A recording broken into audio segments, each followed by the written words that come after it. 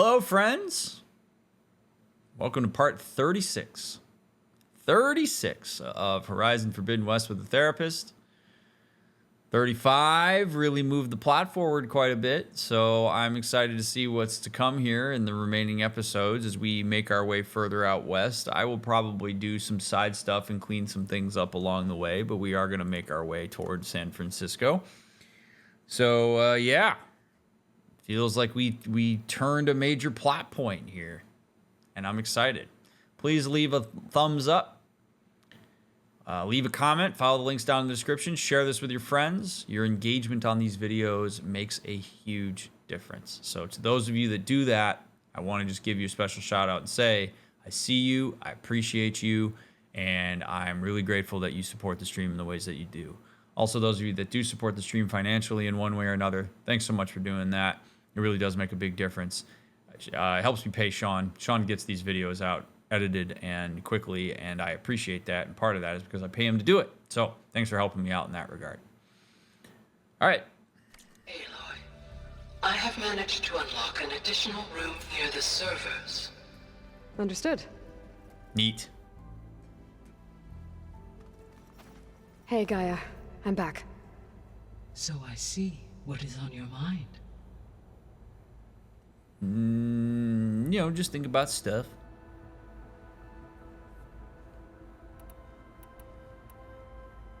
Beta's convinced we won't be able to capture Hephaestus. With that attitude, do you really think she'll be able to build the rig and pulse generators? It may take some coaxing, but with some assistance, I am confident she will. This is me splitting hairs and being annoying, but I do want to point out something linguistic here. It's not really linguistic, it's like conceptual. You can not believe that something is possible and still engage your expertise to create a thing that is potentially a means to the end you don't believe in. Like, you could not believe that humans are capable of going to Mars and still construct a vessel that, for all we can tell scientifically, has the ability to get to Mars. So the belief in something is not commensurate with your ability to operationalize a task that moves in that kind of direction. So Aloy making that link of like, oh, well, Beta doesn't believe that it's possible for us to get Hephaestus. So is she even capable of making the thing we need? Those are mutually exclusive. Beta's capable of making that thing whether she believes it'll work or not. It's an important thing to consider, in my opinion. I don't get her, Gaia. She's so quick to assume we'll fail. She's nothing like what I thought she'd be. Like you? I guess it'll be best if she stays here when we go to Gemini. I disagree. She jumps to conclusions just on the opposite side of the spectrum that you do, but we talked about that last episode. Also, that's a bit of insight into Beta's context.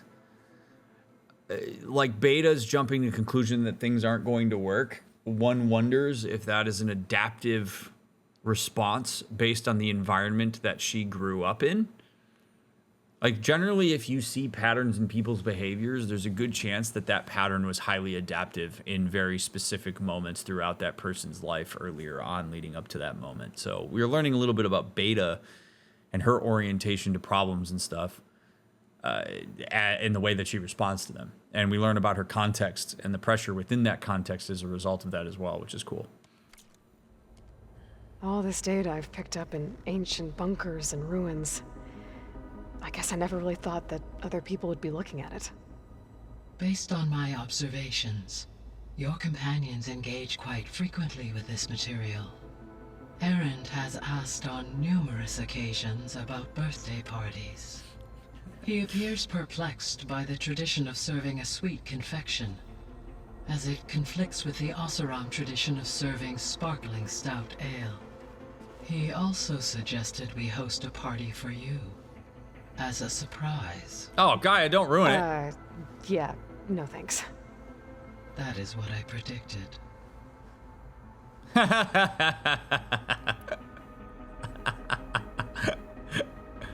Is Katalo getting along with everyone? Yes, though he prefers to spend most of the time alone.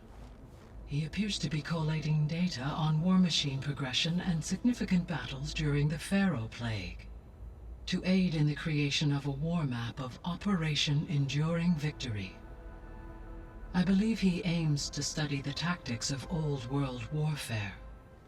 I'd be interested in seeing that. It appears to be a private pastime for him. He has repeatedly declined my offers to assist his research. I wouldn't be surprised if he doesn't trust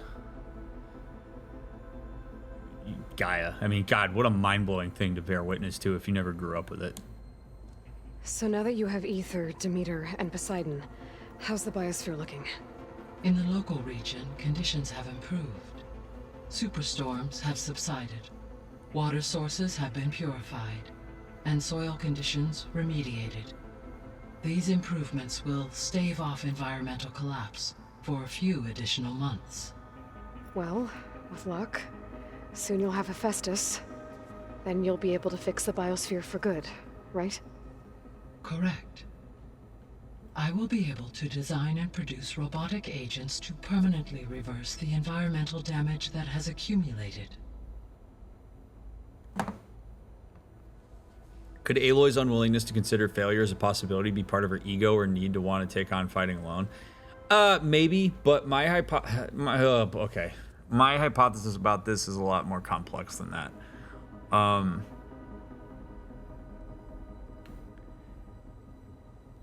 The idea that Aloy wouldn't succeed on this would be absolutely foundationally shattering to her sense of who she is.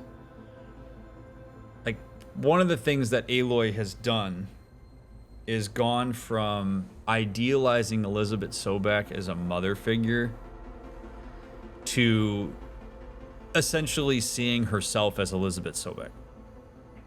Like, she has embraced, in some ways, the clone thing. Like, I am Elizabeth Sobek now. I am a person who's capable of doing this. The whole world is riding on me. She's built an entire persona on this, an entire sense of who she is. And so to invite a dissonant vibe, which would be the idea that you might not accomplish something, is to destroy her entire sense of who she is. So if it is true that getting Hephaestus is impossible, for example, or nearly impossible, that is an insufferable thought to Aloy, because it completely counteracts Aloy's sense of, I am the person who is supposed to save all of humanity via these means. And so her constant push to figure out a way to solve the problem is not only in the spirit of solving the problem, it's an act of self-preservation. It preserves the narrative that she's capable of doing all the things that she has dumped her eggs into the basket of throughout the time that we've known her.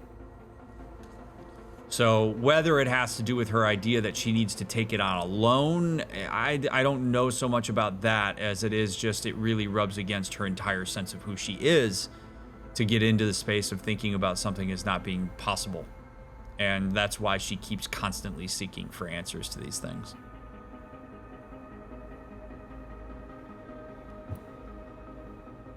So our plan to capture Hephaestus. Let's go over it again. As you wish. Thanks to Beta's test, we now know that Hephaestus will not respond to your Alpha clearance. Which is why you will need to procure Ted Farrow's Omega clearance. Right. From his personal bunker, Thebes.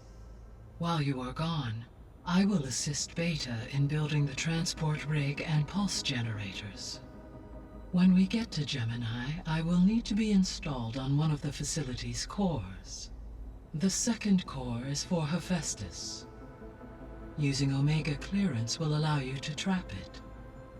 And then you'll be able to absorb it. Not quite. You will need to manually remove Hephaestus's malicious code before the merge. How long will that take? There are calculations I still must run, but I estimate a few hours.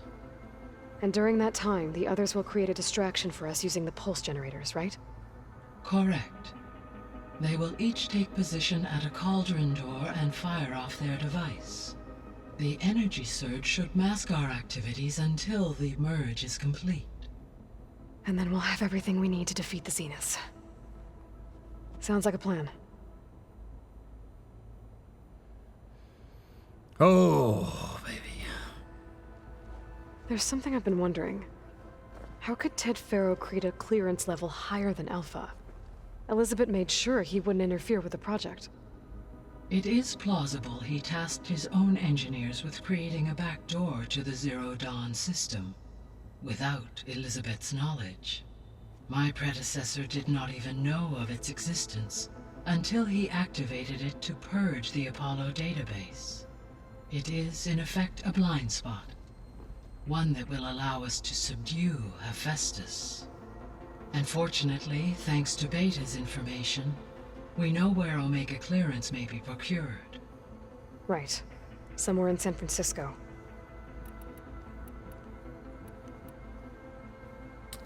I will encourage anybody who wants to have a lengthy explanation of Ted Faro's motivations and why he would have done what he did. I encourage you to go back to the Zero Dawn playthrough, and there is a particular moment where I forget which episode it is, but it's where all of the people are around the table and essentially get killed and gassed. I talked about Ted for probably 10 to 15 minutes about why he would have done what he did. I don't want to rehash the entire thing here. So I encourage you, if you want more of an analysis of where Ted would have come from on this, I want you to pause this video, go find that video, and I'm sure somebody might put it in the comments of like where the timestamp is. And watch that if you want more of a refresher for why I think Ted Faro would have done what he did. So the facility where I recovered Demeter used to be a Faro agricultural research facility. It's where they created the biomass conversion system, but also adamantine wreath. Did Elizabeth know they were working on that?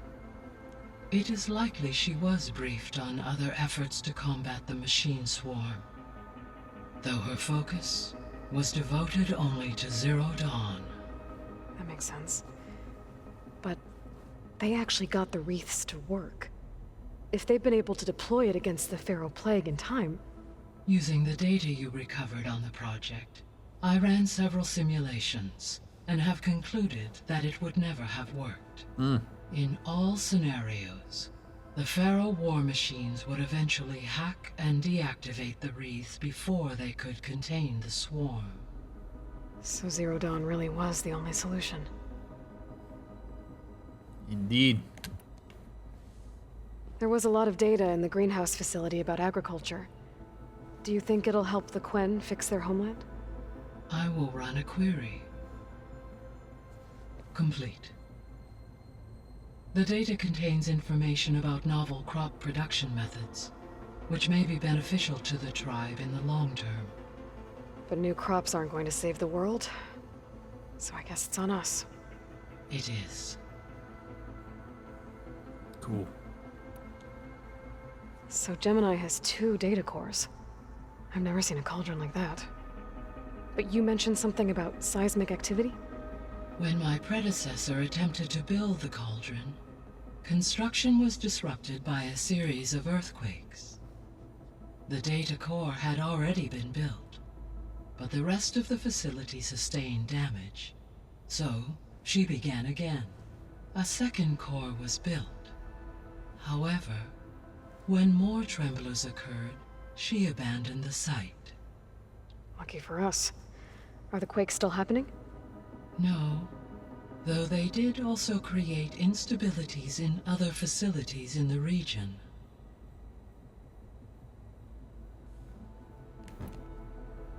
All right. Have you been able to make use of Demeter's functions? Yes. I was able to mitigate most soil conditions and restore a temporary balance. You should notice less rampant plant growth in the area. Maybe that'll give Plainsong's fields a chance to recover. Unfortunately, Recovery in that area is unlikely without the assistance of the Utaru's land gods. I have discussed this matter with Zoe. I believe we may have a workaround. Ooh. Yeah, I'm helping her out with that. Yee. There's something I'm still trying to figure out. Why was Demeter using flying machines to distribute metal flowers? In its deranged state, Demeter was defending itself against a robotic swarm that would devour all plant life. It thought the Pharaoh Plague was still happening? It feared it would come again. As part of its directive of reseeding Earth's vegetation, it sought to protect plant life at all costs. And considering it had 20 years to proliferate, I expect you will continue to find the fruits of its efforts for some time. That's a good thing I have the code to dissolve the vines, then. Indeed. I'll be off. Farewell, for now. I could listen to Gaia talk for hours, man. I really could. It just, oh, the voice is just so good. There we go. More data for the dome. The dome, the Doug Dimmadome. She should narrate audiobooks. Dude, I could never get through an audiobook narrated by her. I would fall asleep within 3 paragraphs and sleep the best I've ever slept in my life. I'd never get through it. So this Hephaestus, he's like Gaia's own personal blacksmith. Yeah, a very angry one. As like my Uncle Laurent, man didn't smile a day in his life and would box your ears if you messed with his forge.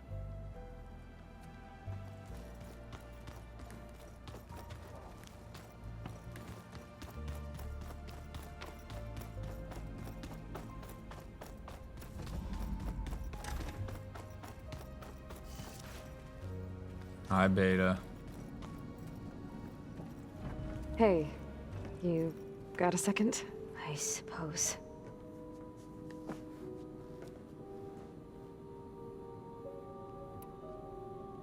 So do you have everything you need to build the rig and pulse generators? Gaia sent me the schematics.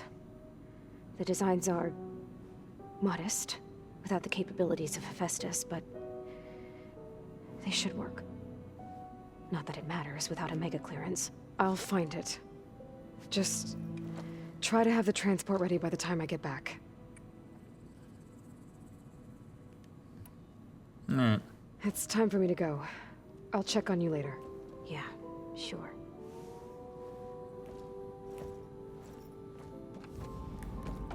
I mean, you'll check on what you need from me.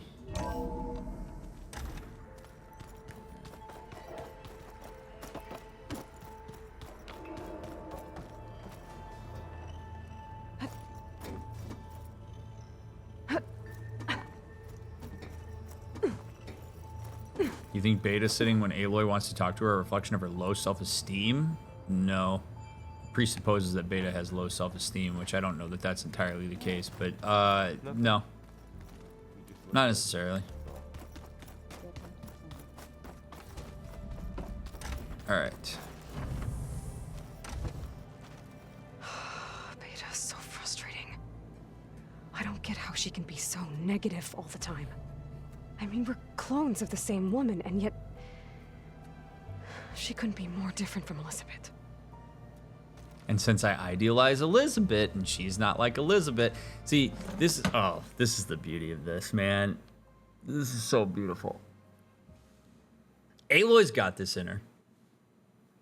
Well, the thing is Aloy's got this in her. They're the same. I mean, if they're the same person, what frustrates Aloy about Beta is that Beta is bringing up things that Aloy herself probably has thought.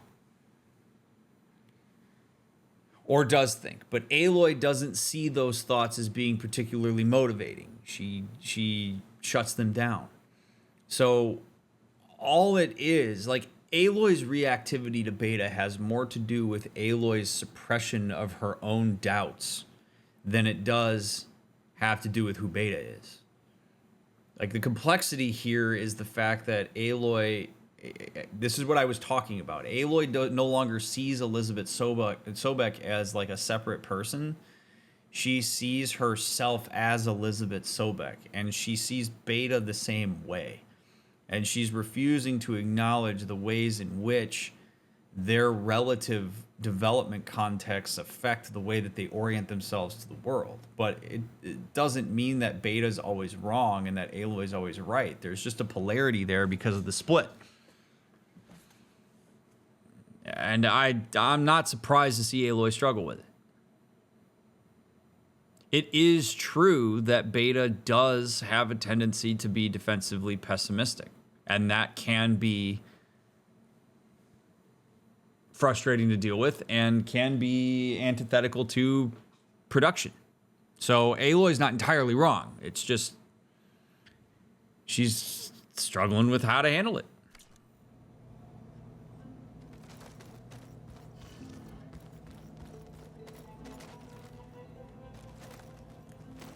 I have a healthy appreciation for the fact that Gorilla essentially made the two of them not get along very well. It's solid.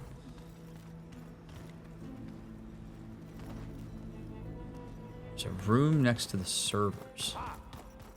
Talo's got a mission for me.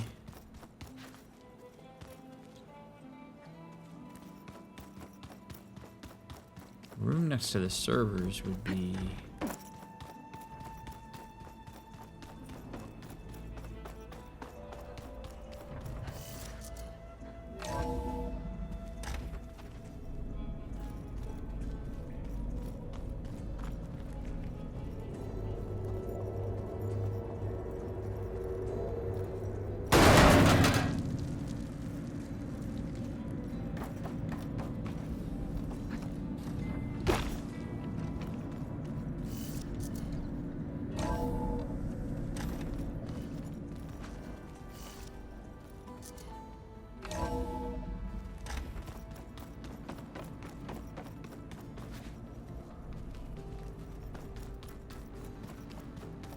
Looks like Gaia was able to unlock that door. What was this room for, Gaia? This was intended as a diagnostic center to monitor machine activity in the repair bay below.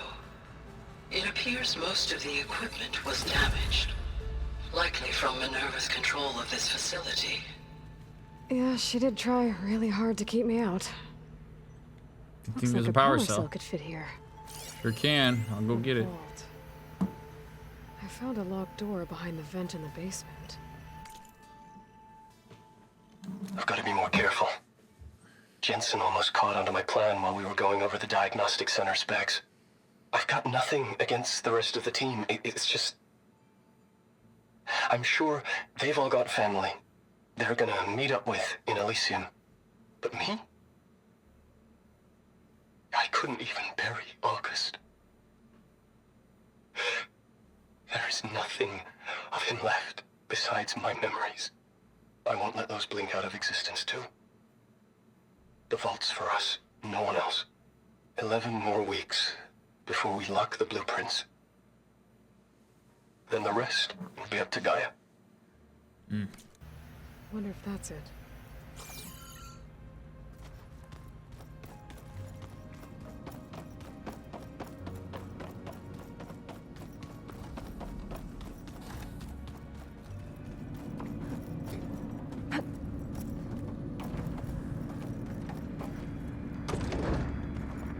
One just can't help but think of Soma when you think of Elysium.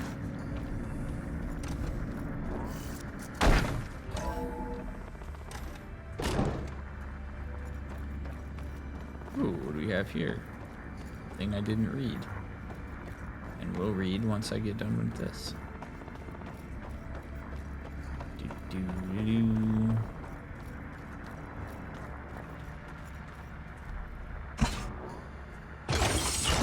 Okay, that console has power now.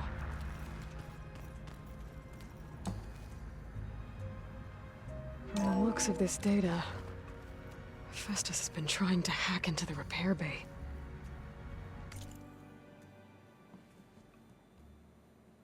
Ooh. Okay, doesn't look like it's been able to.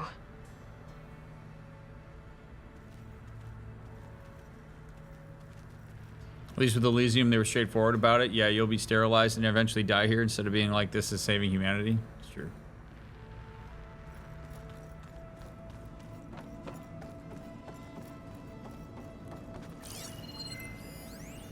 About Hephaestus.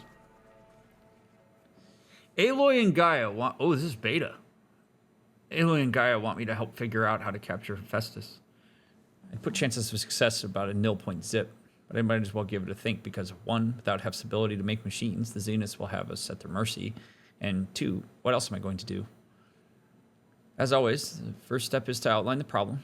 Like the other subordinate functions, Hef achieved quasi-sentience when Gaia received the signal from Sirius. When Gaia blew herself up to Hades, Hef fled, looking for a new home. But unlike the sub-functions, which seem to have taken refuge in whatever physical processors they could find, Hef hid in a globe-spanning network that connects all the cauldrons in the world. Maybe because no single processor was large enough to contain it, or because it was sought out the code environment was most familiar with? Regardless, becoming a ghost in a network enabled it to pursue its twisted new mission. Infiltrate cauldron production facilities, build combat units, and deploy them against humans, all in an effort to protect terraforming machines from tribal hunters. Escalation ensues. As hunters become adept at neutralizing its killing machines, Hef makes more, bigger, better armed, deadlier. This is a digression. For our purposes, the main point is that Hef isn't in one place, so Aloy can't simply find it and use other master override to contain it in the Gaia kernel like Aether, Demeter, or Poseidon.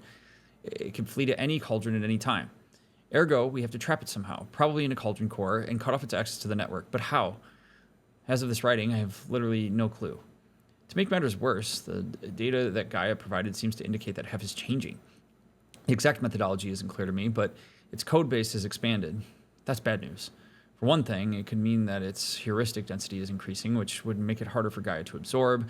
But even worse, it implies that Hef has the ability to rewrite itself, at least parts of itself, which is terrifying. What if I rewrote its access protocols? That would mean... I don't even want to think about it. Beta.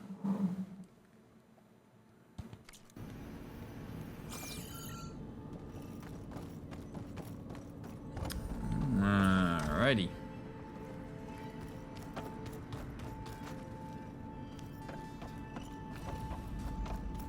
Feels wrong to read her diary. Yeah.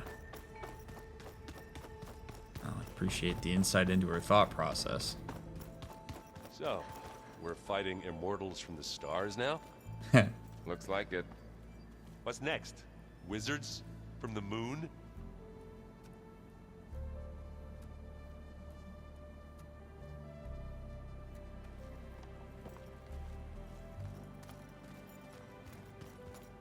All right, Zoe, what do you got for me? Aloy, I hear you're going further west past the Tenakth clanlands. Do you know anything about the area? Only hearsay.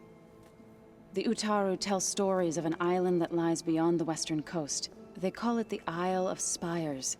It is said the Old Ones built towers there that touch the sky, so they could live far away from the earth that bore them. As if they didn't want to be reminded that they'd one day return to it. Sounds like something Ted Faro would do. Indeed. How much have you read on Ted Faro? Enough to wonder how a man who worked so hard to heal the world once could let greed and pride condemn it so easily. For one's spirit to diminish in such a way, I'm not sure if I should hate him or pity him. You and Varl doing okay? Training, I mean. We're doing fine.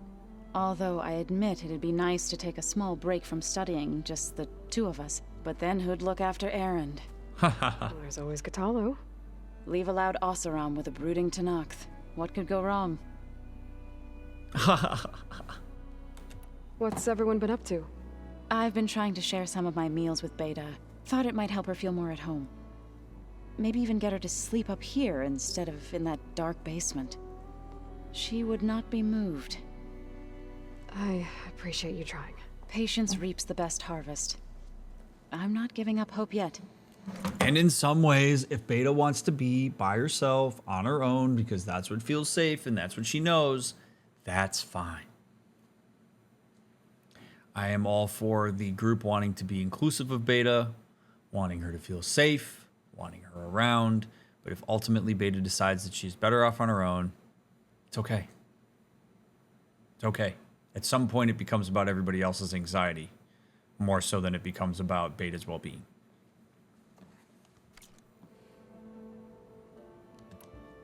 Any progress with your plan for the land gods? Is the reboot code ready? It is. But there is difficult work ahead. Gaia warned me that because the land gods are linked together in a network, the code must be delivered to all of them. Most are in Plainsong, but in recent years, 3 of them wandered off. So, T, and Do. We have to find them? No, we know where they are, but they're hard to reach. So, wandered into a lake and sank. Do ventured into a dangerous canyon, and T broke down amidst a herd of machines. Okay. Tell you what. You go to Plainsong, handle all the land gods there. I'll take care of So, T, and Do. I'll need their locations, plus the reboot code. I'm sending the data to you now. My people made shrines near where each land god faltered. When you see them, you'll know you're close. And once again, thanks for your help. You bet. We're not gonna let your people starve, Zo. I promise. Can do. Well, I should get going. Hopefully I can bring back what we need to capture Festus. After that, I'm gonna need everyone's help. We'll be ready. Cool. I'm gonna go find some Triceratops. What up, Varl? I'm sorry, Aloy. After all the trouble you went through, you have to head west again. Well, no one said this was gonna be easy. You sure you don't want any backup dealing with the Quen? They think I'm Sobek, or something like that. They won't hurt me, but I doubt they'll be so kind to anyone else. If you say so. Let me know if you need anything before you go. You better not be slacking off on your studies while I'm gone. And risk Zo coming after me? I value my life. In fact, I've been reading about Ted Faro. How he destroyed the world and crawled into a hole after killing those who saved it. He definitely was a piece of work. Well, Beta and Gaia built the rig. Can you get everyone ready for the mission ahead? Of course. What is it? Nothing. It's just that everything's about to change. We'll get Gaia, and she'll help us set things right. No more zeniths, no more derangement. It'll be a different world. I welcome it, but I wonder how the Nora will react. And the Karja, and well, everyone. Let's just focus on fixing Gaia for now. Yep. You're right. We've got an angry AI to take down. Easy to go into what if land. Easy to think about all the implications and all the craziness that potentially is ahead of us. And at the end of the day, Aloy again helps with focusing somebody into what the immediate need is. It's so important to do that. Like, it's literally a skill that all of us do well to learn and engage with, is focusing on what you can control in the here and now. You can know what the what ifs are, but overindulging those at the expense of creating a plan and executing what you need to do in the here and now can be a real problem. Lod Gamer, thank you very much for the raid. I appreciate it. If I get Omega clearance and then we grab Hephaestus, we might finally have the advantage over the Zeniths. Can't wait to see their faces as they stare down a bunch of charging Thunderjaws. Better them than us, for once. Yeah. I'll be in touch if I need anything. I'll make sure Beta briefs everyone on the pulse generators. Good.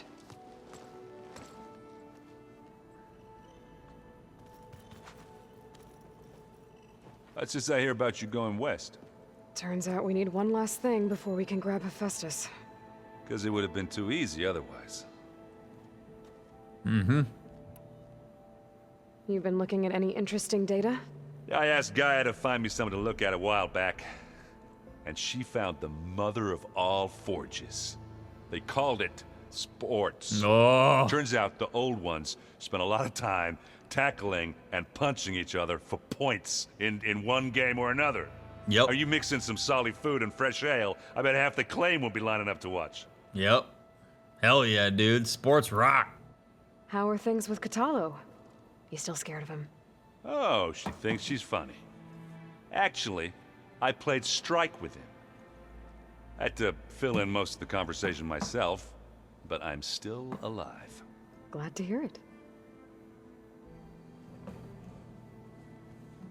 Nice.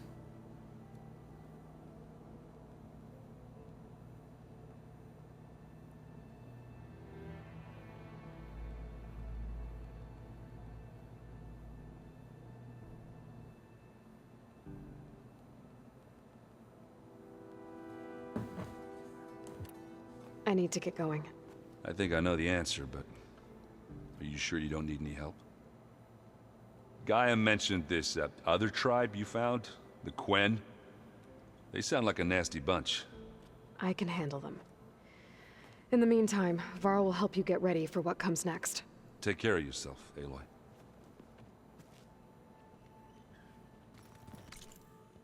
Okay, what do you got for me, Katalo? What do you got for me? Got a minute? As many as you need. I have to travel beyond the western coast. To the ruins, shrouded in fog. Yes, and I'm looking for a tribe, the Quen. I encountered them once before. They said they came from across the Great Ocean. I was hoping that Tenakth knew more about them. There were rumors of trespassers in the area, but we thought they were just bandits. Hikaru sent out a patrol or two, but I don't recall them reporting back. We've had more pressing concerns, as you know. I'm sorry. That's all I can tell you. It's okay. I guess I'll find out soon enough. There is something I've been meaning to discuss with you. It's personal. If you have a moment to spare. Yeah, dude. I'm down. But first, let me awkwardly ask about your training. Found anything interesting during your training? Gaia told me where to find data on how wars were waged in the old world. I knew the Ten fought against machines, much as we do now, but it seems they were among the last of their kind. Later, machines battled other machines on behalf of greedy leaders, as they vied for lands and spoils. At least the Tenakth have the courage to put their lives on the line when conflicts arise. There is nobility in that. But maybe we just need fewer conflicts in the first place. Yes, of course. Hikaru would have it so as well. Indeed. What do Tenakth do to relax? You know, to take a break from training? We play strike. Your Oseram friend, Erend, is surprisingly good at it, although he has yet to beat me. It helps one think strategically, hones the mind for tactics. Somehow that still sounds like training. There's nothing wrong with that. You said there was something you wanted to talk about? I've been speaking with Gaia. She mentioned that the Zeniths bind metal with flesh to make themselves stronger. I was wondering if you'd help me do the same. Ooh. You want to make yourself a new arm? Yes. Gaia insists she can help me build such a thing if I can get the necessary data and materials. She believes these things lie in the place where Beta hid from the Zeniths. Their ancient research lab. I'm not as familiar with old world machinery as you are. I could use your assistance. It might be dangerous. The Zeniths probably still keep an eye on that place. We were lucky to get out of there alive the first time. I see. It sounds like this is...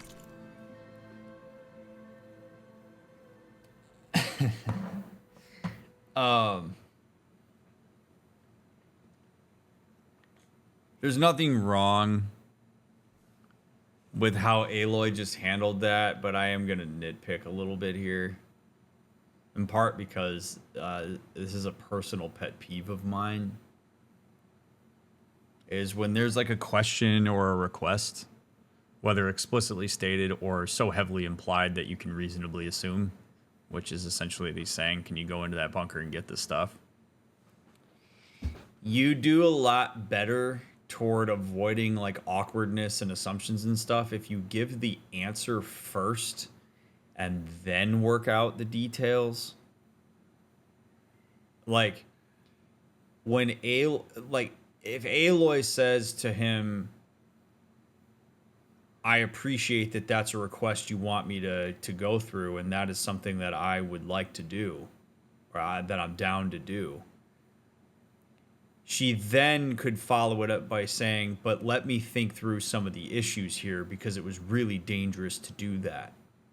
Instead, she takes all the things that reasonably make her anxious. Like, it's perfectly reasonable that she would be hesitant about this.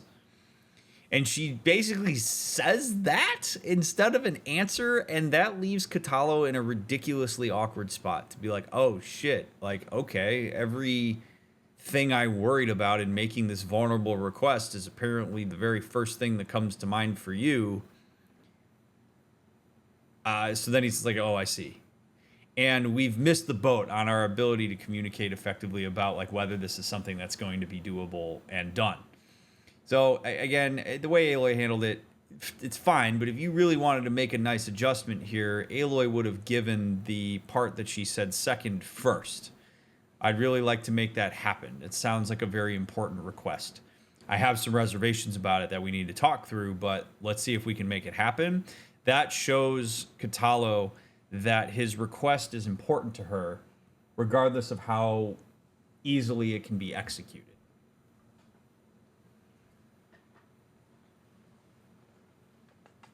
Right, kitty? Yes. Okay, let's play. Anyway, small thing, but worth mentioning. It's worth the risk. By the 10, we shall see it through. Yeah. I should get going. I've got a long road ahead. Should you need reinforcements? I know who to call. I'll call you when I'm near the Zenith lab. We'll get what you need for that new arm of yours. Thank you, Aloy.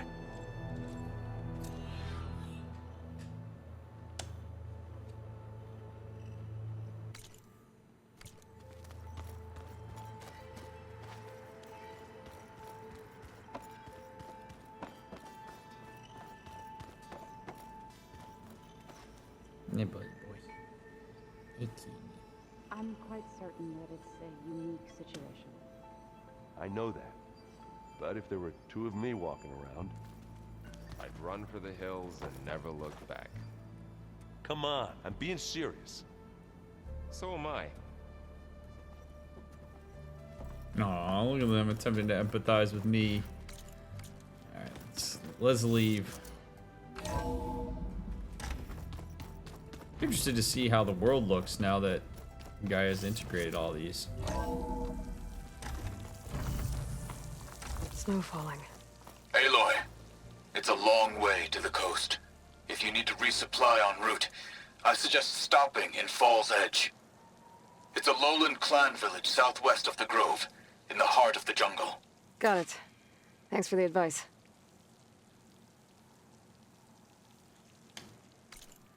Alrighty. Go to the shrine at the lake. Go to the shrine at the cinema. Okay, cool. What? These aren't like that far away from the thing. Okay, whatever. Plenty of shrines. So let's go.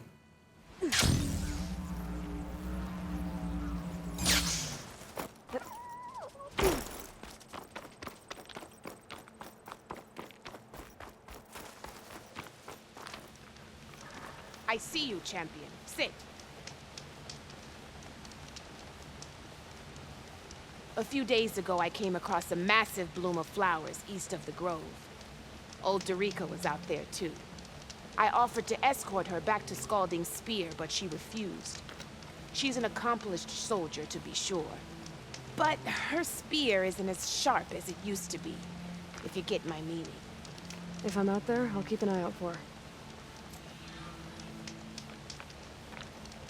If Safe you walk by, travels, you'll champion. miss out on a good trade. Okay.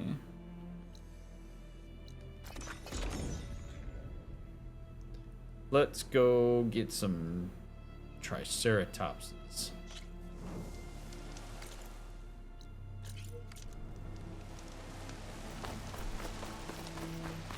Triceratopses.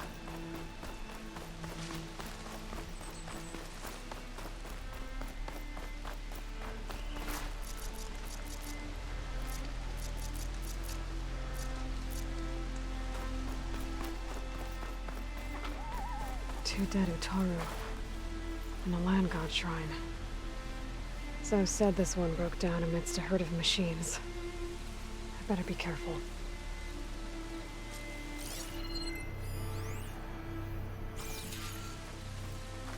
I guess they were leaving offerings to the land god. It looks like something fried them. Whatever did it might still be around. Something fried them, Dr. Jiro. What do you think? It sounds pretty scary, huh, buddy?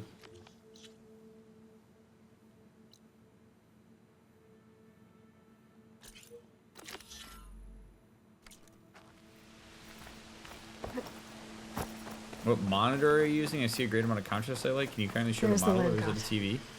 But I'll have to deal with those machines before I install the reboot code. It's a capture card. It's not a monitor.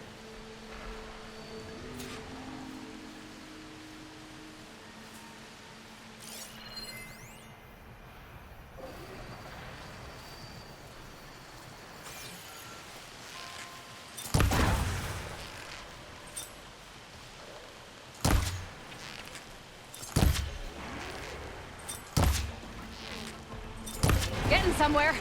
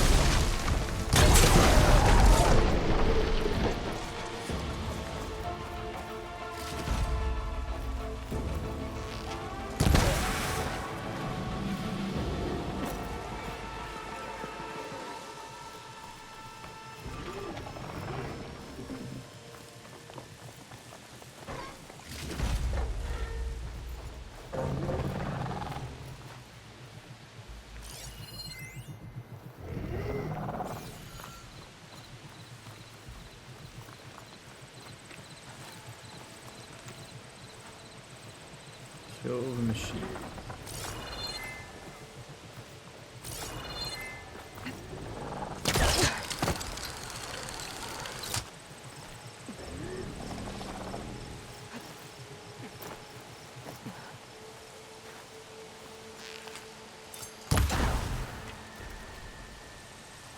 Think that's all the machines? Time to install this code on that land god.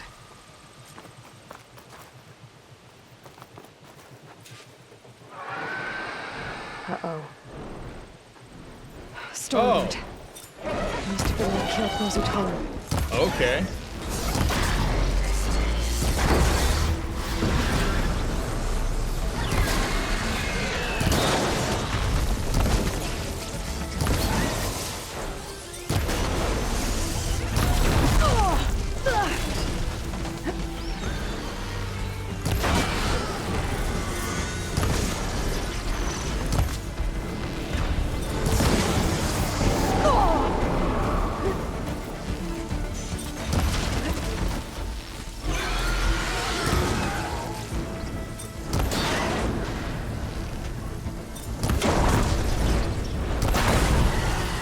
Boom.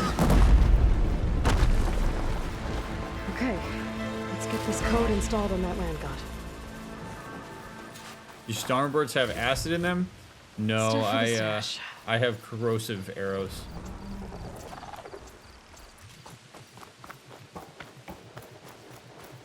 Let's try this again. Nice and easy. One down, two to go. Hello, Guardian. Zoe, you there? I'm here, Aloy. I found T and installed the reboot code. Fitting then that I feel thankful. T's festival came in winter. when all the grain from the harvest was stored away. It was the season of gratitude, and all the children would receive gifts. The best was my first bow, made of yew, strung by my father. Well, he definitely taught you how to shoot well. That he did. There's one more thing. I found 2 of your people. Stormbird got them. But I took it down. Oh. I'll make sure someone retrieves their seed pouches, so they may return to the land. All right then. I'll head to Plainsong and deliver the code to the land gods there. Sweet.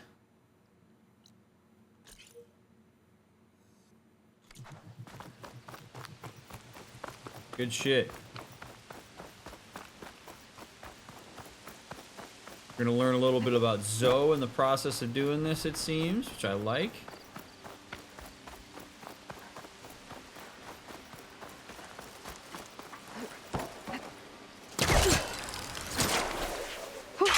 Going down!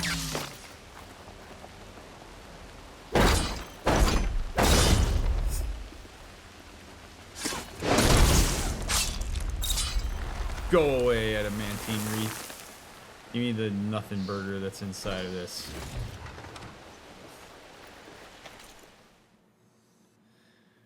Alright,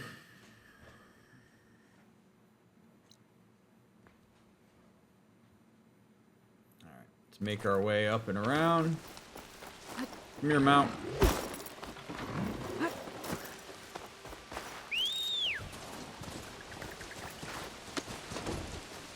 And we're off.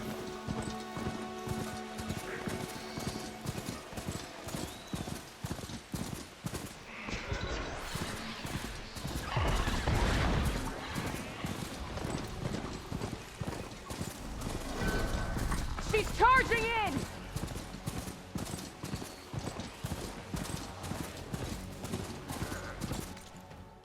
Oops.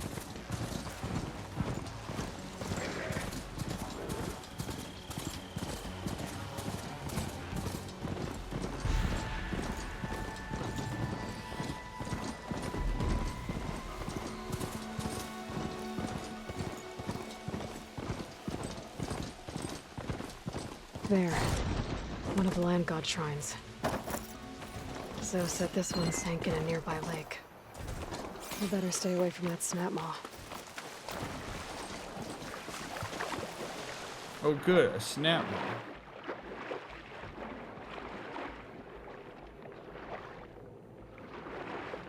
I think the land god is underneath that rubble.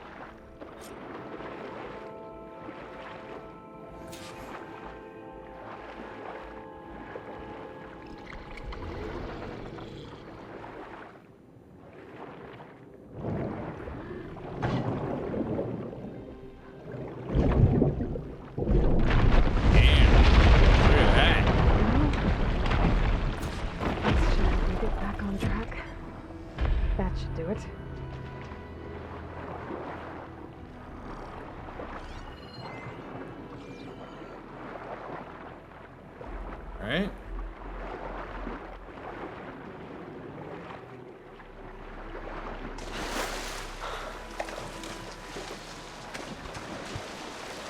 Horse, what are you doing, bud? You're all the way over Another there. land god dealt with. Hey, Zoe? Aloy, how goes it? Had to swim a bit, but I gave the reboot code to So. Ah, good. We used to celebrate so in the fall, at the beginning of the harvest, with wine made from elderflowers. When I was 12, I got tipsy on it and kissed a boy in the sage garden. How'd that go? He was so surprised he nearly fell into the mulch. It would be good to see So again, plowing the fields in the afternoon sun. How are things on your end? Getting there. A few land gods to visit still. Okay. I'll call you when I'm done with the last one. Making Thank you, good Aloy. progress, Zoe.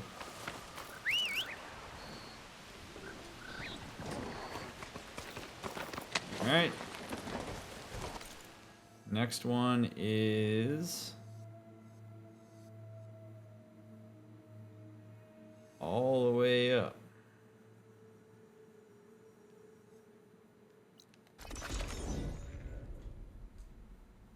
Hey YouTube, thanks for being here. I appreciate your support of my playthroughs so much. And those of you that are here with me live on Twitch, thanks for making me part of your day.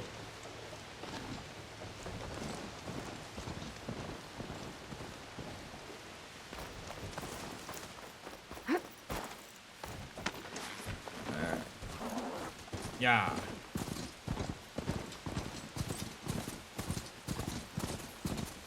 Maybe I should take one more look around before I go. See if there's anything else interesting. Or see if there's any wildlife to crush.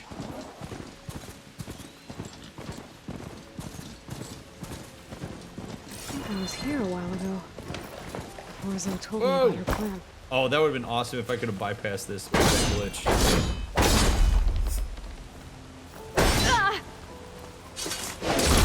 Mind you drawing back? Let's take a look. There, up on that ledge.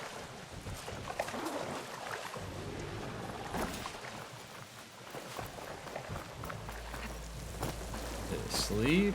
What are we dealing with here? It looks like this one's been here for a while. I won't be able to install the reboot code with these vines in the way.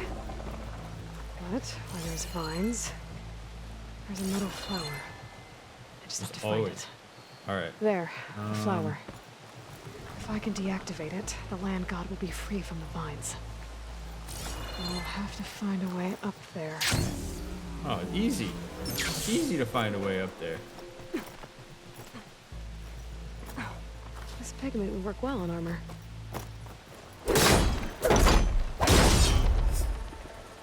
Didn't realize that these could be this sprawling. There we go. Should be able to access that cave now.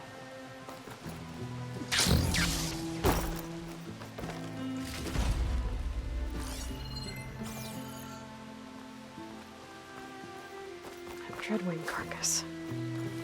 Must have dropped the flowers and then crashed. Looks like I can climb up the side of the cliff.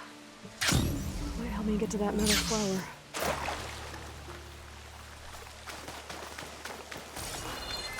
Wish I was doing this during the day.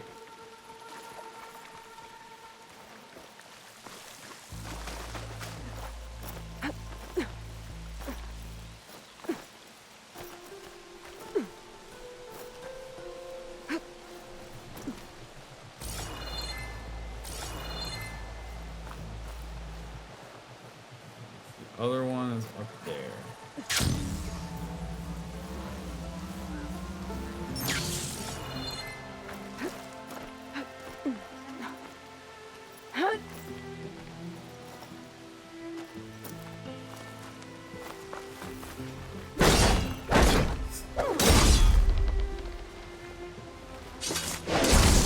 Vine cutter's working. That it is. Some of the vines are gone, but the land god's still trapped.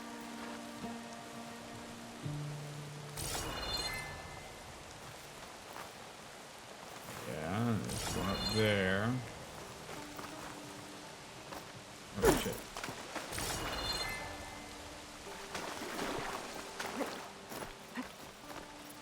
Probably not supposed to get it this way, but whatever.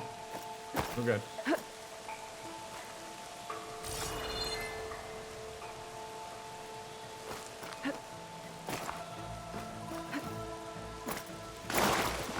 Whoa.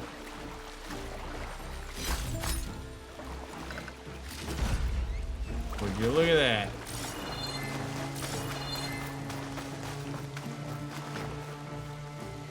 Boy, what is the path here? I am probably overcomplicating this, as I have a tendency to do.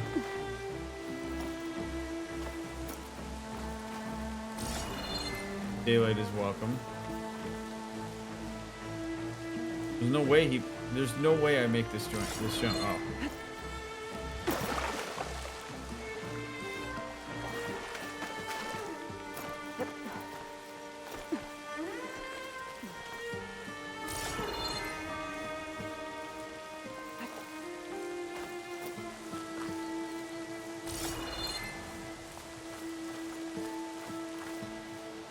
Like I can't reach that. I really don't think I can reach that. What am I missing here?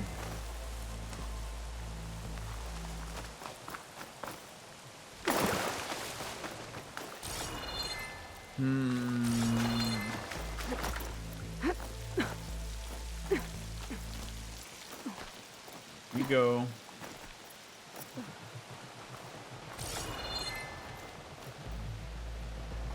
I don't think this is it, but we'll try it. Ha! Wow.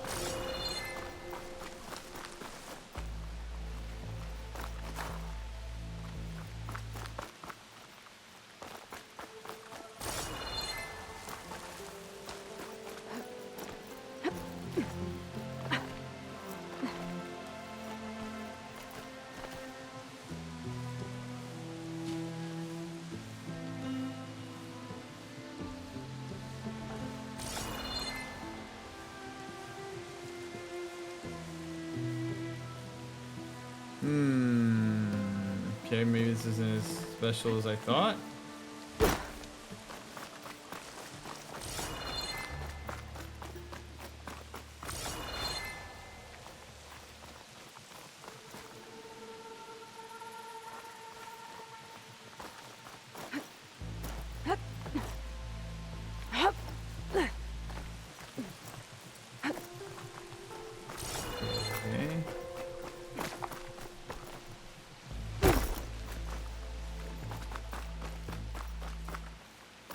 Okay, so then that comes out of the same kit. What the?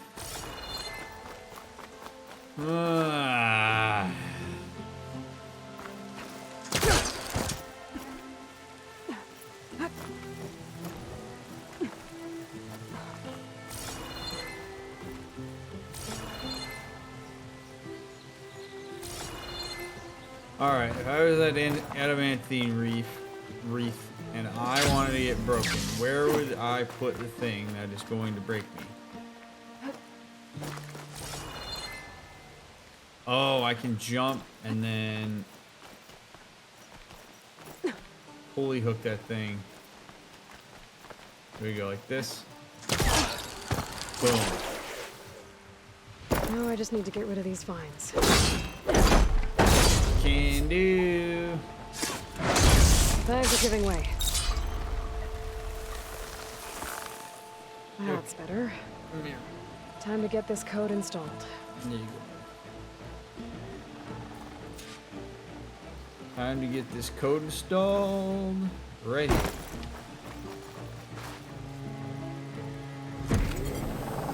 This'll help you get better. That's the last land god. Zoe, can you hear me? I can hear you, Aloy. Just planted the reboot code on Doe. He was a bit tangled up, but he's better now. Good to hear. Doe always returned to the sacred cave at the end of winter, so his festival foretold the coming of spring. During those times, I remember clinging to my mother by the hearth, snuggling for warmth, and listening to her sing of new beginnings. Which is exactly what you're going to give to your people. I hope so. When you can, meet me at Plainsong and we'll send out the reboot signal.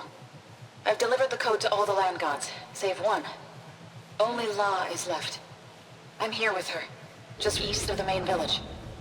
Okay, I'll get there as soon as I can. Yeah.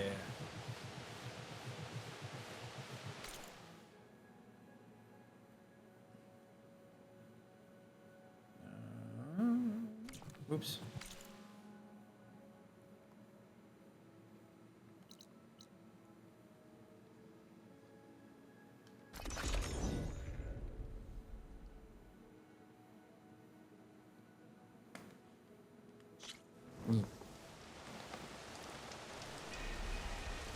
All right, bud. Let's go see what Zoe's got for us, huh?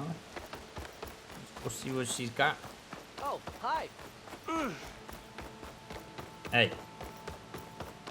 Don't bite my teeth. Aloy, it's Kotalo. I've heard that the red scum clogging up the rivers has cleared in much of the Alolan clan's territory. But for some reason, the water around their capital, Thornmarsh, remains polluted. Perhaps this is something you could help with. Yeah, maybe. I'll look into it when I can. Nice.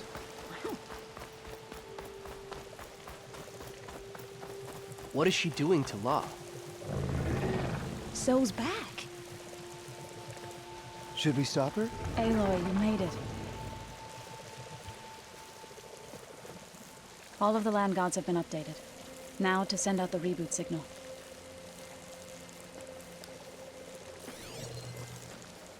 Hey.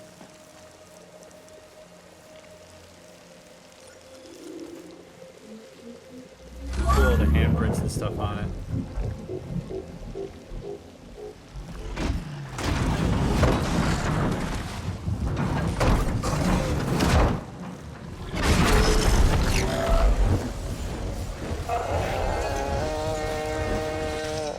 There. Singing. Singing. What does this mean? A new beginning. Gaia told me this would happen. To all of them. Do, T, So, and the rest. She called it a reboot sequence. But I didn't think it would be so beautiful. Beautiful. Yeah. Soon the land gods will return to tilling the soil as they once did. Zoe, the chorus wants a word. Of course they do. Do you want me to come? No need. I'll just tell them that our lands will soon bloom again. Who are they to argue? Find me later, and I'll tell you how it went. Good luck.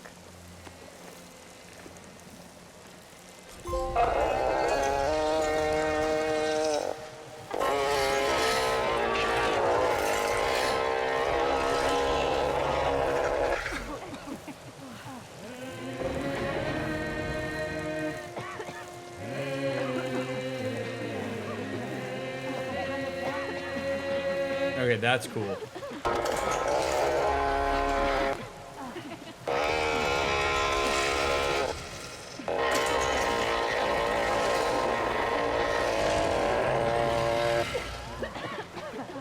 Can you guys quiet down?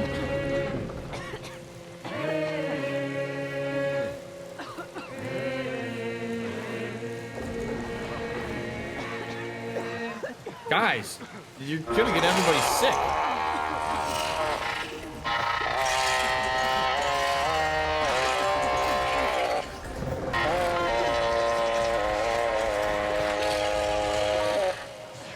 Roots, buds, leaves even. The land. Nice. All right, that was cool.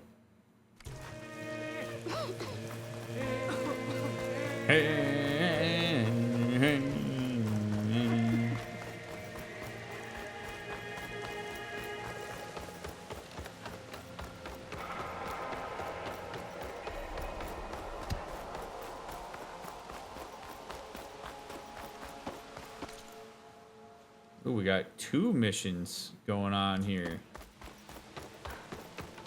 There's just such an outrageous amount of stuff to do in this game. How no children falling Big brain play would have made it sound like the sound of music. I unfortunately don't know that reference, but I'm gonna trust you on it. Never seen the sound of music.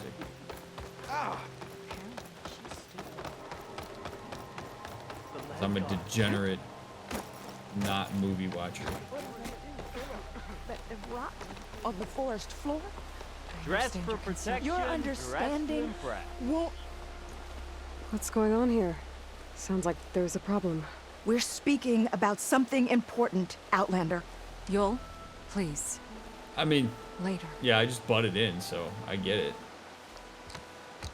A reminder of why I often prefer plants to people. They're so much less demanding. I apologize for Yul. She used to be friendlier, but grief robs many of their kindness. Grief? You and Zoe brought the land gods back to us, but troubles from our time of want remain. As our crops failed, we sent hunting parties to the Old Growth, a forest to the north, to bring back meat. A machine slaughtered the last party we sent out. A cloth strider. But to hear the lone survivor tell it, more deadly than any we've seen before. Cool, and let me guess, you want me to do something about it? I saw you up there. when I spoke in front of the chorus. Yes. I'm sorry I couldn't do more to help you, and especially Zoe. Many Utaru like to think we're above politics, but that is far from true. I don't often agree with Fane, but I have to work closely with him on many matters. So you didn't want to cross him? Not in such a public way, no. After you exposed his ally Kel, however, I think he will find the power of his voice will be lessened. And maybe yours will be louder? We shall see. Tell me everything you know about the machine that attacked your hunters. It fell upon them near the edge of the old growth. One of them, Ven, survived and made it back to Plainsong. If you wish to question him, he's recovering with our healers. The other 4 hunters weren't so fortunate. It must be a powerful beast. Can you destroy it? I've handled tough ones before. Good. If it ventures beyond the forest, no one will be safe. One more thing.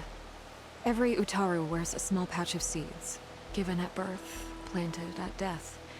It is how we remember our loved ones and celebrate their place in the cycle. It would mean a great deal to the hunters' families if you could recover them. I'll do what I can. I know you will.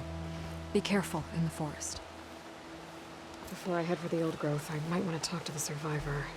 See what he can tell me about the Claw Strider. Survivor! Aloy. Welcome to the garden. How are you doing, Bree? Is this where you planted your wife's seeds? It is. They're a part of Plainsong now, where they can take root and flower. I miss her. But I'll keep pushing for change, just like she would have. I still can't believe something so... She didn't deserve any of this. But at least I have this to remember her by. I'm sorry for your loss. Even if one day we leave Plainsong, I'll know the seeds she carried will have been part of our people's cycle. And it's all thanks to you, Aloy. May you always walk in a field of plenty. I gotta say, man, if I was gonna pick a way to think about how to handle death and all of the uncertainty and anxiety that comes along with it, the Utaru have a pretty sweet system.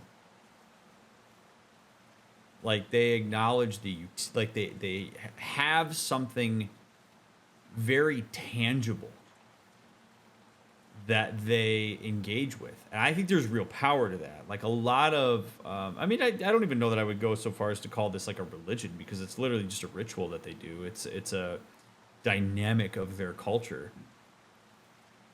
But a lot of folks believe in things that are very abstract as it relates to what happens after you die. Like, you know, things like you go to heaven or Valhalla or whatever, right? Like, throughout time, we've all tried to cope with death by thinking about, is there something that our brain can comprehend that exists beyond the current life that we have? The Utaru seem to embrace more of a, like, tangible, present, concrete view of death. That we honor your death by returning you to the earth and seeing a tangible growth from it. And because of a lot of the Utaru's willingness to embrace that, they, like any other culture that develops norms around death, find great comfort in it. Like, they find great solace in the fact that, like, yeah, whether you grow or not, you've returned to the earth. And they've built a sense of, like, calm assuredness around death as the result of that. And I think that's really cool. We can tangibly see whether something sprouts from it. I know that even if nothing grows out of this basket, that she's in there. I just think it's cool, like, the entire culture, and it fits their whole MO about providing and agriculture and food and all that stuff. Like, instead of us thinking you go somewhere abstract and hoping that that's the case, we give ourselves something tangible to sink our teeth into as a way to collectively grieve somebody and have created cultural norms that really are easier, I think, for people to collectively wrap their heads around. You're not asking people to have faith in something in the way that you do this. I mean, I guess asking people to have faith that the seeds will grow, but like ultimately the entire culture can see if you plant that seed and a tree comes out or whatever, we all can connect with that in some way because of how tangible it is. I just think it's cool. It's neat. I like the diversity of thought. And it probably does allow them to be a lot more present because they're so much less preoccupied with what they have to do in order to ensure a positive afterlife. They're like, nah, man, when I die, I'm just gonna become a tree. Like if I drop dead, that seed's gonna plant and I've returned to the earth. So let me just be present with what I'm doing because I already know what happens. Really nice.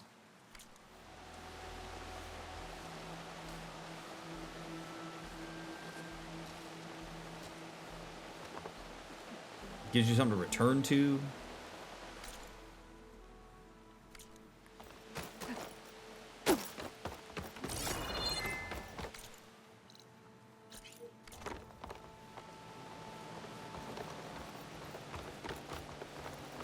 Over here, child.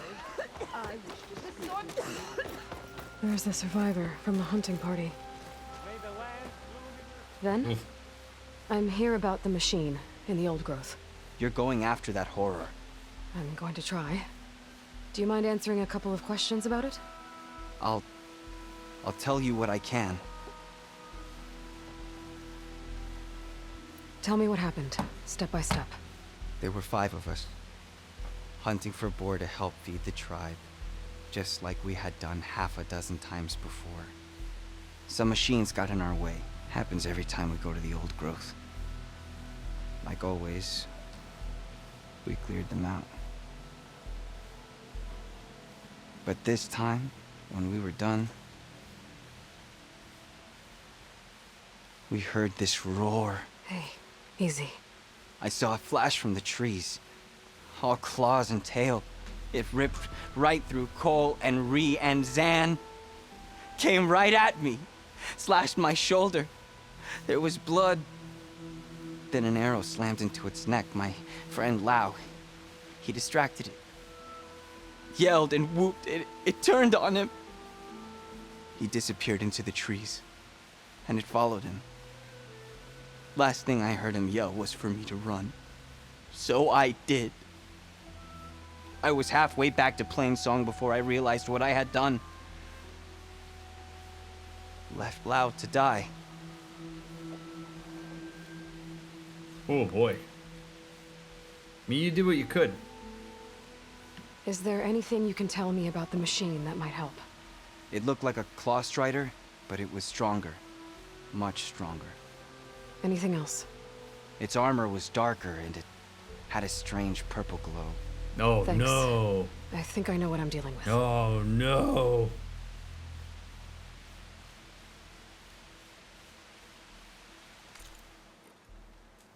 Yeah, so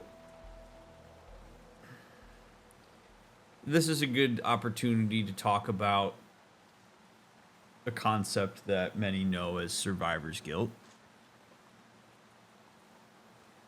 which is a narrative that rarely serves any kind of healthy, meaningful utility for the person who perpetuates it. Like, one of the great certainties of life that you come to understand the older you get is that life is not fair, that random shit can ruin your day in the blink of an eye, that at any point your life could end, and it could end in an infinite number of ways that you never anticipated, and that it doesn't take much for shit to go sideways. Yeah, have I bummed you out enough yet? But it's a reality. So if you survive something that other people did not, whether physically or emotionally, so to speak, There is no utility to beating yourself up for that. For creating a narrative that goes along the lines of, maybe it should have been me. Asking the question, why was it me that survived? Reality is, you may have just had enough circumstances weave together at a point in time that the claw missed you and it hit your friend. You were in the right place at the right time on a micro level, and you're here as a result of it. Maybe it has something to do with your cunning and how smart you are. Maybe it had something to do with your survival instinct pushing you to behave in some kind of way. But to engage in this narrative that somehow there's something wrong with you, or that you don't deserve to have survived, or that another person died in vain and that you wish you could replace them, it really prevents you from engaging with not that you necessarily have to be grateful for your survival. Like, I'm not trying to tell people how to feel, but that you at the very least can acknowledge that you still have time left. You still have a life that you get to live. And, do we really think that the people who are dead from this would want you using that life that they would so desperately like to have, sitting there feeling sorry for yourself because you survived? Like, it really is in some ways a position of privilege to have survived something.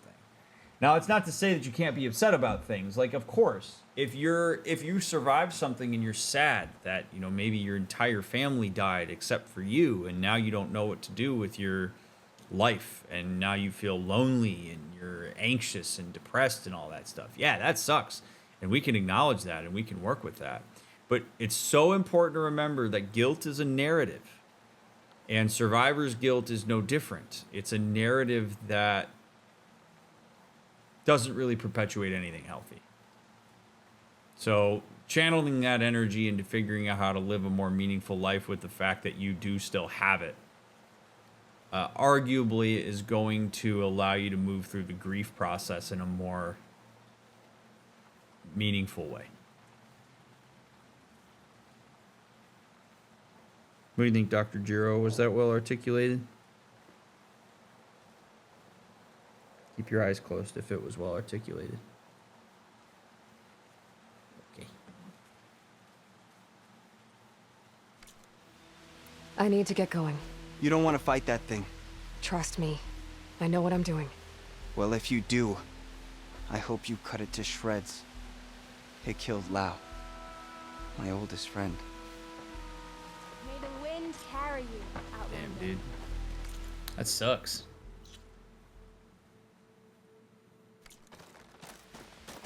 Alright, let's go get this other quest. And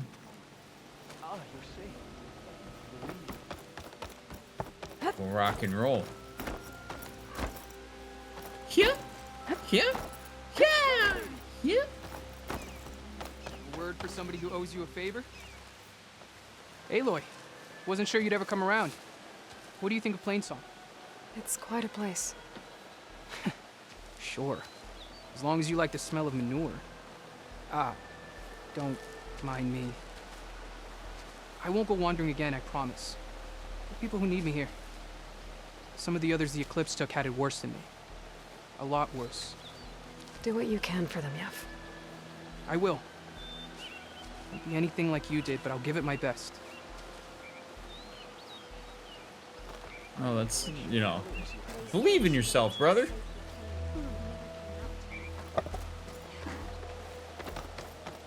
Plainsong is on the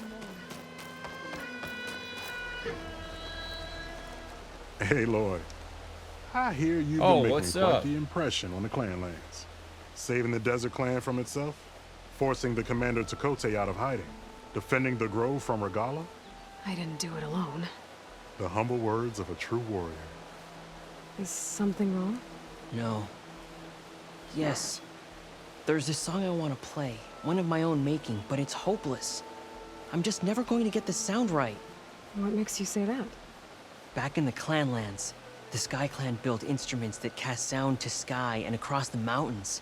They use long-leg throats to make them bellow with the sound of metal. It's how they communicate between villages. Combining that sound with the Utarus would create a melody unlike anyone's ever heard before. But I won't be hunting for any longlegs anytime soon. For now, you should try the Metal Weaver again. They might have some new piece you can use. Right. I could get that piece for you, buddy. Hey. This song means a lot to him, doesn't it? It does, which is why I'm getting him that machine part. It'll be a surprise. The Utaru say that's the best way to receive a gift. Is there a long leg around here? As it happens, one has been troubling some villages southwest of here. You be doing me and Plainsong a favor by getting rid of it. Interested? Maybe. I like his cultural sensitivity. That's awesome. I didn't think the Tenakth cared much about gifts. When I first moved here, I remember some days were more difficult than others. But I came to embrace the life I found here, and I don't see why I can't help Corey do the same. He's lucky to have you. Tell me more about this long leg. It's a particularly nasty one. Looks different, too. Tainted like the lands around here used to be. It protects a group of machines that overran a small outpost southwest of Plainsong. Its call is easy enough to track, but if it spots us, it'll call reinforcements faster than you can draw your bow. Take it out with the rest of those machines, though. Plainsong has one less problem to deal with, and Corey gets to play his melody. Victory for all. Hoorah! If I make my way down there, I'd like to help. I appreciate that. I'll head southwest and see if I can pick up a trail. Nice. Music in metal.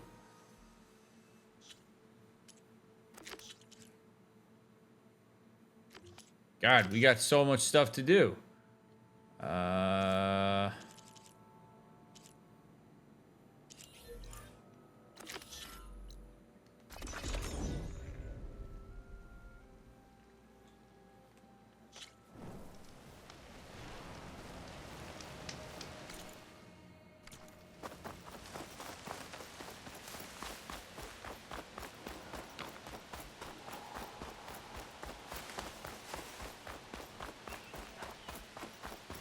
You're gonna fall.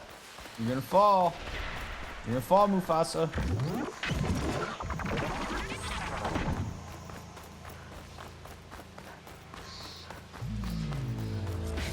Oh, shit.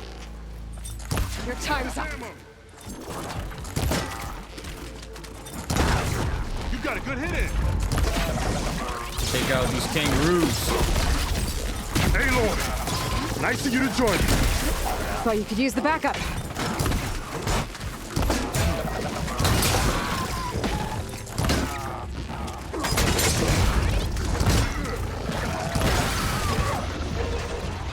Thank you for the assistance.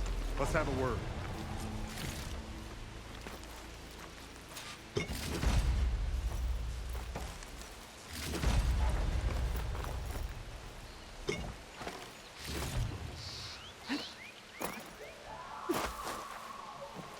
Alright, what's up, dude? Your skill with the bow never ceases to amaze. Thank you. But we better get back to the task at hand. Speaking of, get my skills up.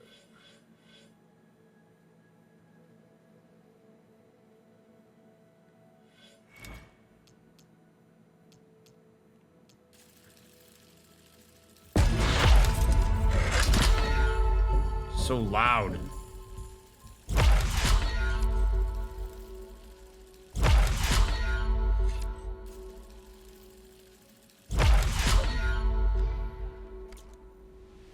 Okay. You okay? You arrived not a moment too soon, Huntress. I thought I heard a Longleg's call, so I hastened to follow, but I was caught unaware by these machines instead. There it is again. Let's go find it. I probably already have the part that he needs, man. We could have avoided this whole thing if you just asked me, yo, you got anything to spare? That's fine.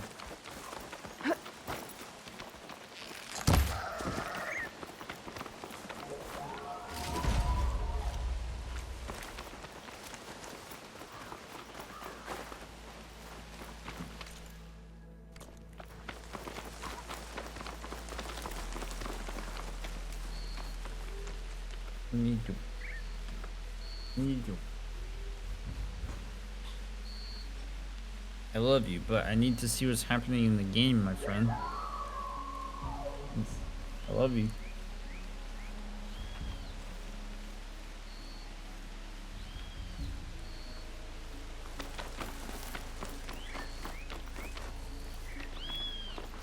What are you doing, buddy?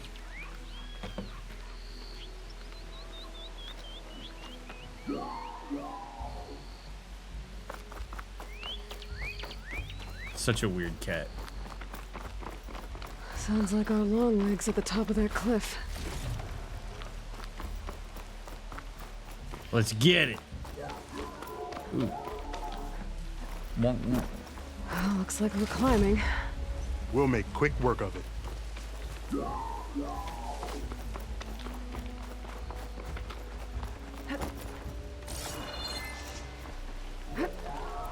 This reminds me of my early days as a veteran. Always running off to hunt in the wilds. As far away from Plainsong as possible. What changed? I saw my first Utaru students become fighters worthy of any Tanaka clan. I felt useful, like I belonged. And so Plainsong became home. I'm sure Corey will find his place too. I hope so. No, you don't need to climb down. I'm just an idiot. Come on. Stop looking already. I like the noise that that thing makes.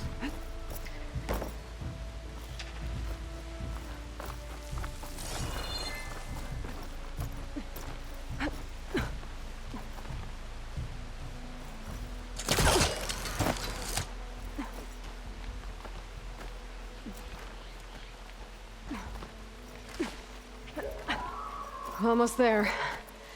It sounds like that long leg isn't alone up there. There's our long leg.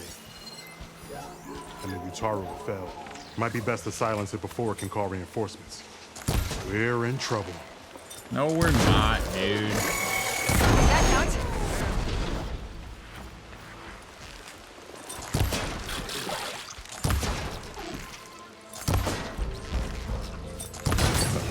Good aim.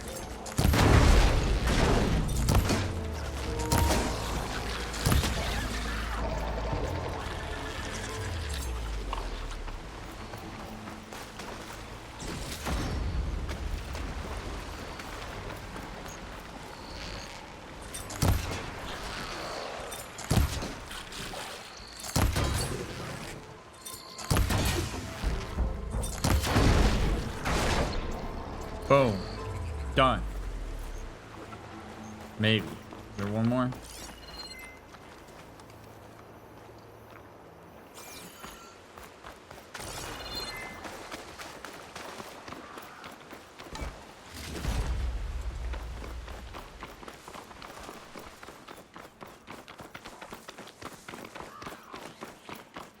Where you at, machine?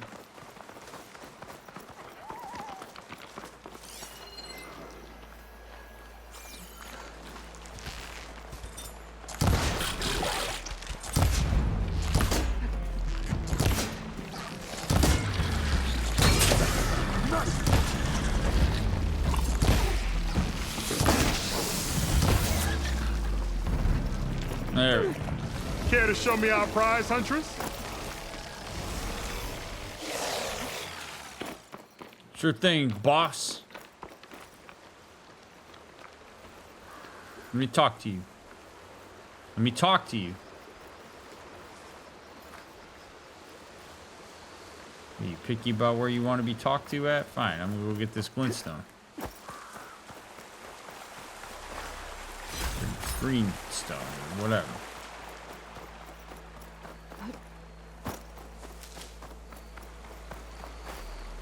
Many thanks, Aloy. Without you, I might have been in trouble. Why don't you take that piece to Corey for me? The villagers felled by these machines need to have their seeds buried properly first. Are you sure? Tell Corey I better be the first to hear that song of his when I return. Yeah. Nice. All right, Corey. I got you a horn, brother.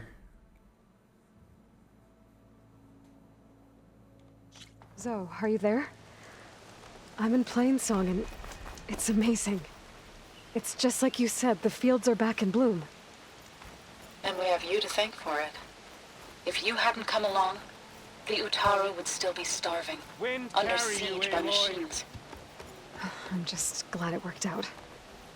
Yes. First Plainsong. Next, the world. Wow. Oh, and the map even changes? Look at that. It's all green now. Yeah. Yeah.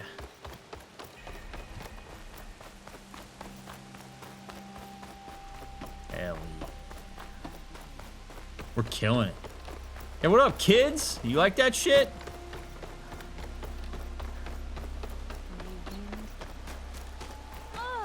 We stalk, we strike, Corey. and the hunt ended. Aloy? I thought you had left Plainsong. Well, I thought about it, but then I'd have to carry this long leg throat all by myself. You found? Jax did. That old man. Can still hear perfectly fine. So let's hear it. I'm gonna need some help. Play the Aloy, song of your people. Can you take this to the workbench, please? You won't have to do much, I promise.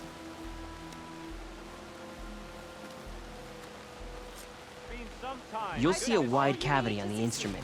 That piece should fit right in. Oh yeah, that piece fits into the wide cavity. A wooden metal musical instrument that combines Utaru and Tanakh designs. Aloy, let us see your handiwork. I think it's good to go. Like a souped up ocarina.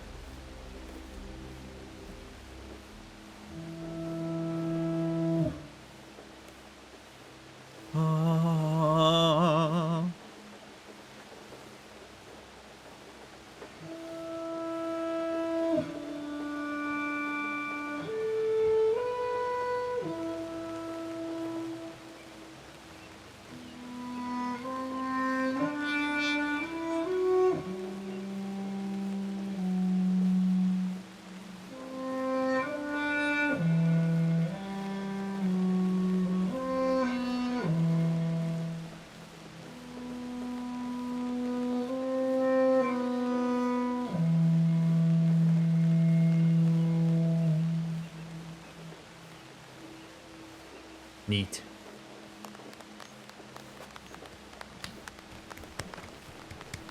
A song of two peoples indeed. Thank you, Aloy. My debt to you seems to only grow. Hearing that was payment enough. That may be, but you should at least take this. You deserve it. May the wings of the $10. hearten your step. Thanks, dude.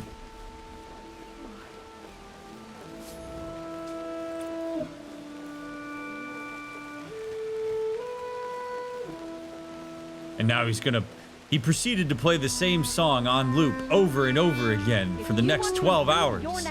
Much to the chagrin of the Utaru people. The Utaru people. The Utaru people. The Utaru people. It's the name of the song.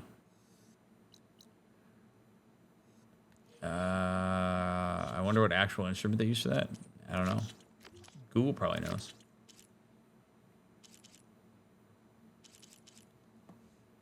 Go to the old growth. All right.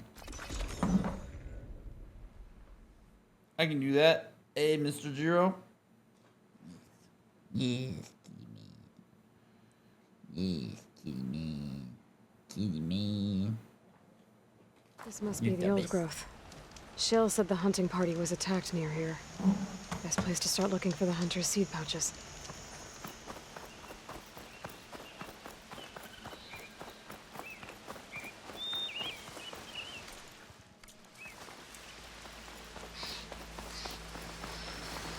There's a dead Utaru in the clearing. Must be one of the hunters. Take out these machines before I grab the seed pouch.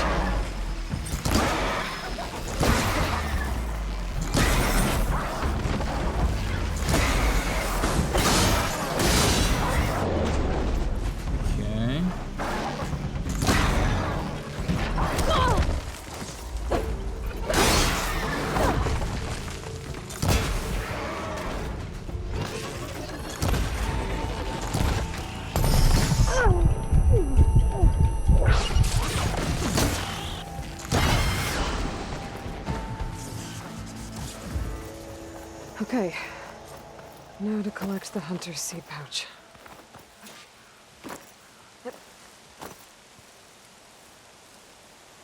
Got the pouch, but where are the other hunters? And the claw strider that attacked them? I better check for tracks with my focus.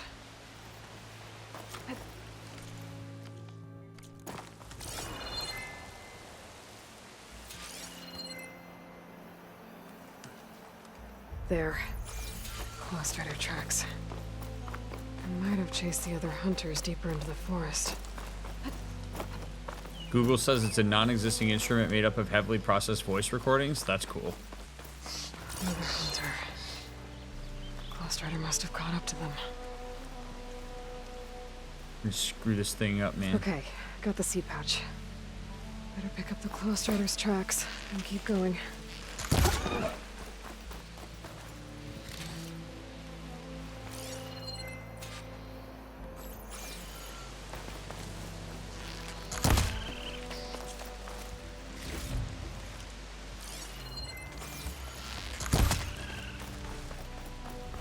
The third hunter.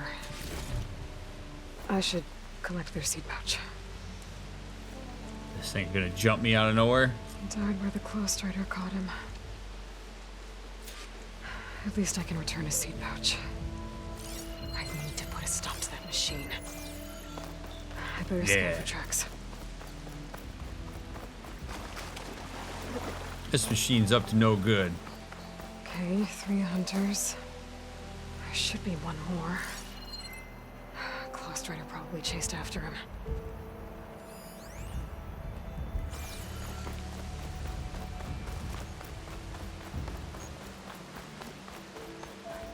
Perhaps it's by these generous supply caches.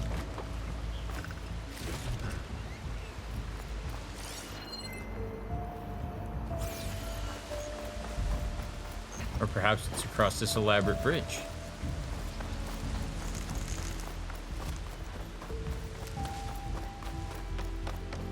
Oh boy.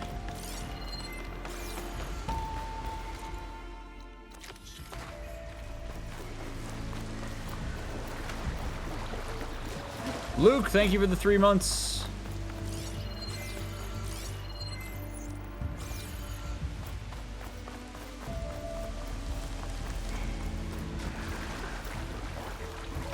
There's some kind of residue here. Poop. It's sticky, like tree sap. I don't think it was from the claw strider. Maybe from a weapon?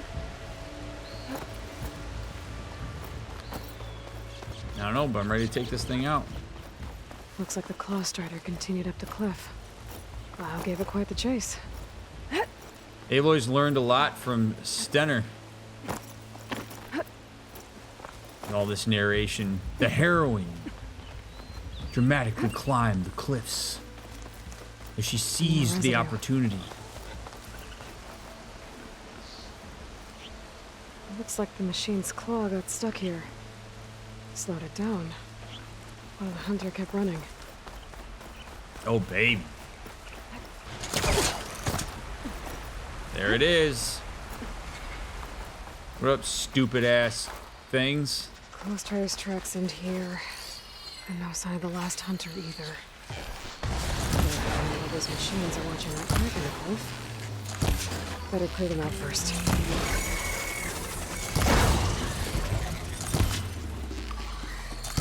Getting started. Oh, what a shot.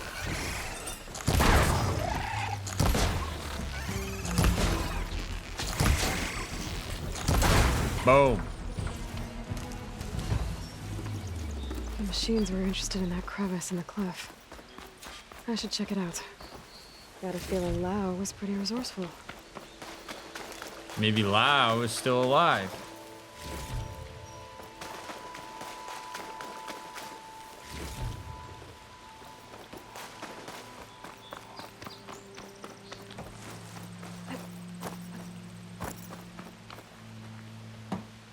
Oh, what's up, buddy? They're gone? I wasn't expecting a rescue. Thank you, Outlander. I'm after the claw strider. Where did it go? You're hunting it? It's okay. I fought bigger. Who are you? Just stay here while I try to pick up its trail. I'll let you know when it's... I can handle it from here.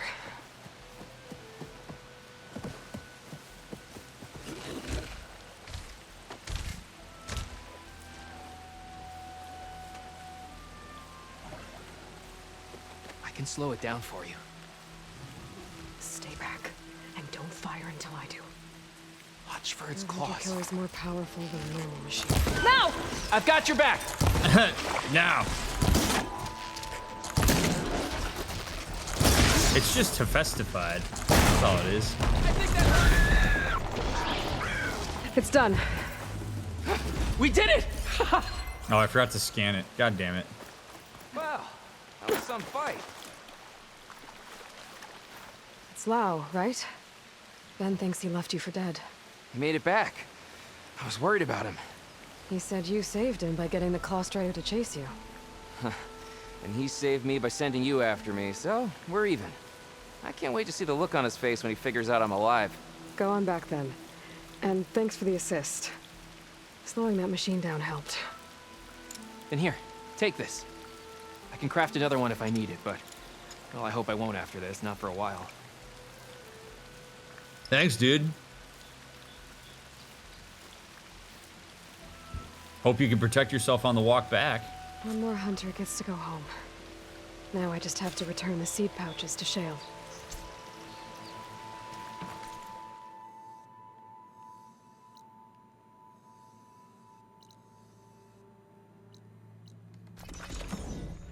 Nice. Nice.